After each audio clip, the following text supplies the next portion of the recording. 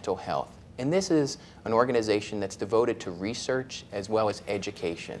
These areas often will have easy-to-read publications, such as on schizophrenia, depression, bipolar disorder, as well as personality disorders, and where you can get more help, as well as a little bit more about the disorder. The important thing is that you recognize that a loved one is suffering from this. Often somebody will ask me, how do I bring somebody to attention, or how can I help them? The first thing that you should do is educate the person. So educating the person you may take some of the website information and give it to them. You may also try to bring them in for treatment, or give them information from the local mental health center that may be helpful for them to see what symptoms they're having. Sometimes, though, we have the problem where someone does not want to come in voluntarily. So somebody may be such out of touch with reality that they have difficulty in terms of seeing themselves as having an illness or needing to come in for treatment.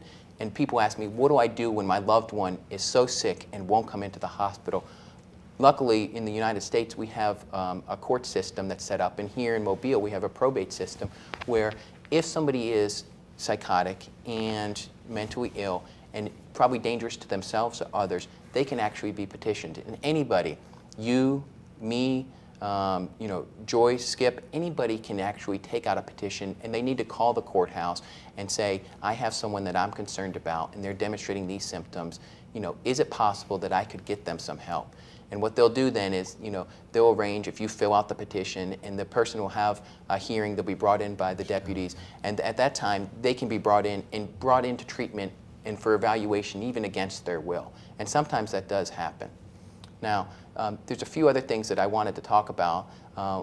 One being, what about the thought that people shouldn't get help, or that they're working really hard, and that by bringing them into treatment, that may prevent them from filling out their job or having their relationship. If I bring them into the hospital, I'm worried about that.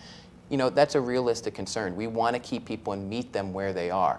However, one of the things we realize is, they're probably not going to keep that job very long or be able to maintain that relationship unless they get some help.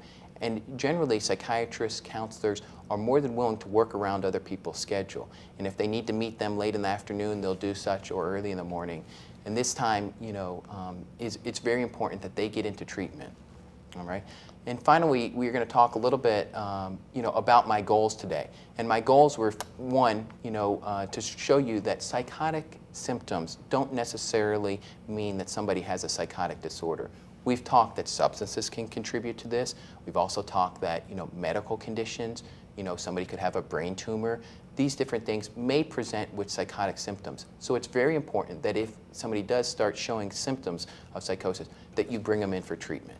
All right? The next thing is that I'd like to say is, what about what causes these illnesses? And what we talked about was that general medical conditions are just the same as psychotic disorders in terms of the genes in an environment interact and cause this. It is nothing that they've wished upon themselves. Finally, I've talked to you a little bit about where you can get more information, and I'd like to start going to that right now.